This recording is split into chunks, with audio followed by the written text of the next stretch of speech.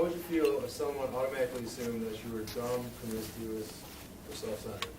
Well, what if I were to tell you that people in today's society are constantly judging one another without even truly knowing them? These pre-assumptions and judgments are also known as stereotypes. Negative stereotyping of student athletes is a problem that is evident on the College of Worcester campus, and we must take action to fix this issue. First, I'm going to tell you why negative stereotyping student athletes is a problem here. Then I'm going to explain possible solutions to help fix this issue. And lastly, I will explain how you can help lessen the negative stereotyping that is evident here. So, what are stereotypes? According to a study conducted by Alexis Tan and 4 other scholars in the 2010 Journal of Broadcasting, stereotypes are oversimplified and overgeneralized beliefs about other groups that are based on simplified information. So why are stereotypes formed? Stereotypes are formed because people try to simplify the complexity of the world that they live in today. According to Michael B. Henner in the China Media Research Journal, the desire to reduce complex issues to a more manageable process is high to protect people from overloading information. So what is the problem with stereotypes on this campus? Well, faculty, staff, and other students tend to associate athletes with negative stereotypes. These negative stereotypes are often overgeneralizations and inaccurate, they're unfair, and they can stop the establishment of new relationships.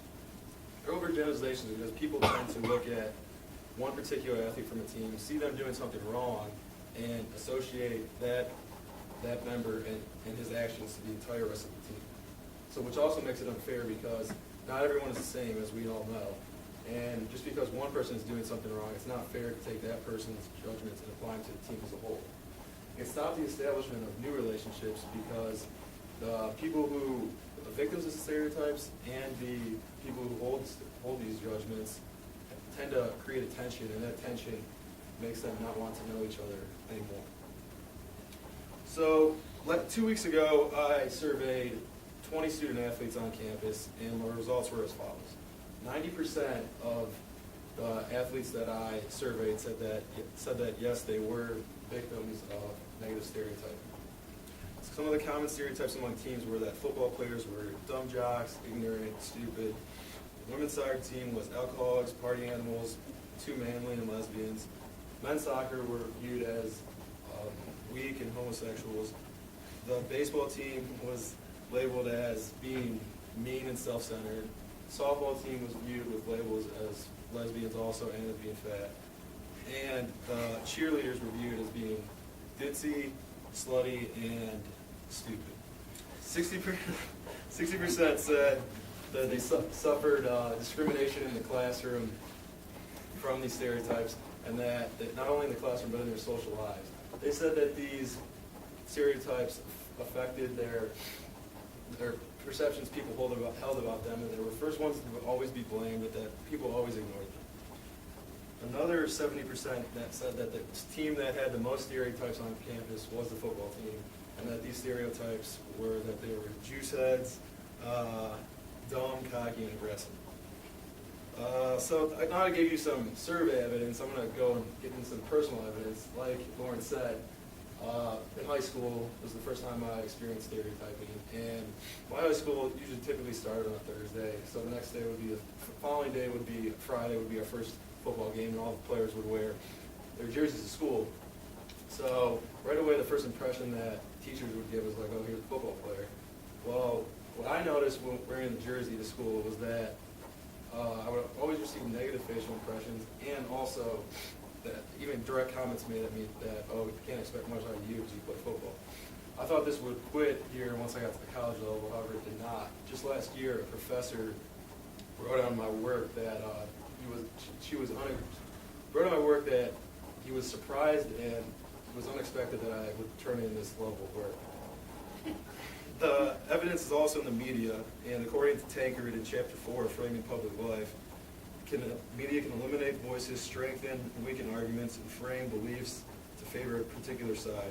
In the Sex Roles Journal, Knight and Giuliano state that media can truly influence people's perceptions of athletes. And there are also some stereotypes.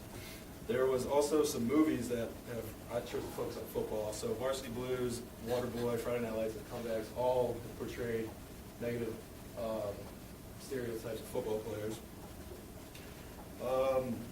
So what are the harmful effects of these stereotypes? Well, academically, it can hurt their grades. Socially, it can lead to the formation of cliques, as you call them. And emotionally, it can lead to depression and lower self-esteem. Physically, it can lead to more arguments and a higher degree of violence. So why should we care? We should care because it's not against the Worcester ethic and the college's so-called core values on the website and the mission statement. So what are some of the solutions that we can do to solve this problem? Well, there's plenty of them that can be explored, but I'm going to talk about a few of them. We can simply prove those stereotypes wrong through our actions. We can have open discussion forums, or we can create a campus event. This campus event can provide an internship opportunity and also can be sponsored by our own comm department, as I have a comm major myself. This campus event can allow athletes to talk about the issues and show their true characters and self to other people.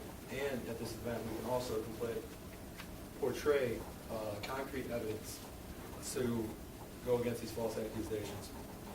This evidence could include individual and team GPAs and individual and team study habits. Half of the people I surveyed, said that they had at least a 3.0 cumulative GPA, and that half were also required by their team to attend a study table session once a week. So, other solutions that I can offer here is we can encourage faculty attendance at our games. That way they can see how hard we work and how we have to be effective.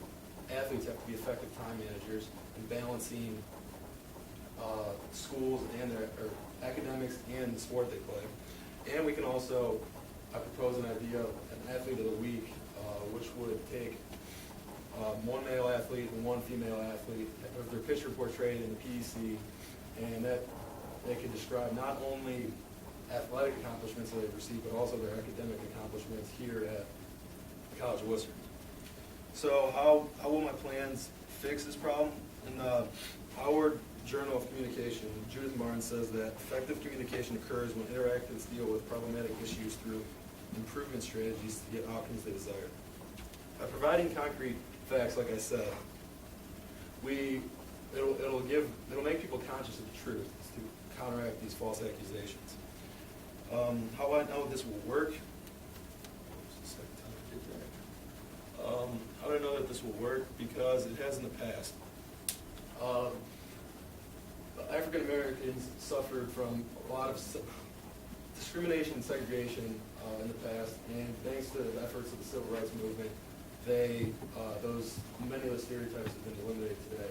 Also, in the past, women's roles have been viewed as particularly in the household and also just to take care of the children. But thanks to the Women's Rights Campaign, those stereotypes have also been eliminated for the most part. So, you might be thinking of some questions. You may say that my solution for this campus event might cost too much money, but I would say that is not true, because the only money that would need to be spent would be for materials that promote the event, so the actual papers to put up on signs around this campus. So it would actually be pretty cheap. You may also think, you want to ask, well, aren't athletes privileged here on campus? Well, that's false, because the College of Worcester is a Division III college, meaning that unlike Division I and II colleges, which give athletic scholarships, we don't here. So athletes on this campus come for the main reason that everyone else does, and that's to better their liberal arts education. Visualizing my plan, if this doesn't happen, we can imagine just another community here on campus can be divided, and it won't see any improvement. If we do enact my plan, we will see improvement, an overall happier place, and less judging on campus. So in conclusion, basically, stereotypes on this campus are a problem, and by having a campus event that supplies concrete facts and opportunities for athletes to portray their true selves and be an effective solution. So I'll leave you with this. I want you to reevaluate your opinions about certain groups of people and be open to new relationships. Ask yourself, is it fair that I'm judging this person just based off stereotypes? So what I want you to do this weekend is go out, talk to someone you normally wouldn't talk to, get to know them a little better, because who knows, you may even make a new friend.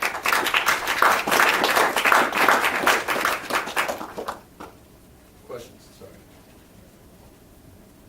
Shannon. Do you think your survey results would have been different if you didn't just survey athletes?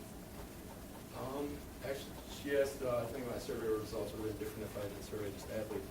Yeah, actually, I think they could have been a little bit different. Maybe the non-athletes would have viewed them as, like, that athletes didn't receive all these stereotypes. But another good point to branch off of that is that stereotypes, I just focus on athletes because I'm an athlete here on campus, but there's athletes that involve everyone on campus. There's people that, from where they sit at in Lowry, their location in Lowry, to what other athletes or drama club, or like if they're music majors. I just tended to focus on the athlete part of this. Have you seen any changes since your freshman year to your junior year? Actually, no, I have not. I actually would say that it's kind of gotten worse, because people these stereotypes just are existing and they just keep building on one another. So I just think unless we have like some type of campus event, which may help. So.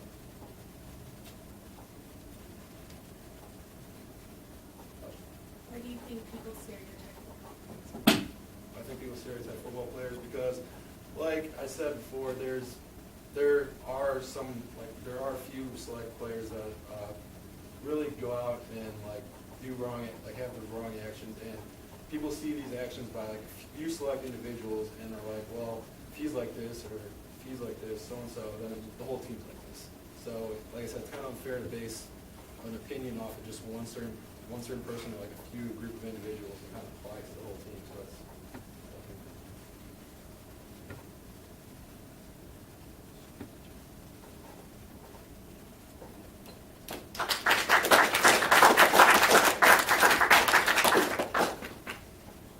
Tyler's speaking time was 10 minutes and 52 seconds. His question time was 1 minute and 50 seconds.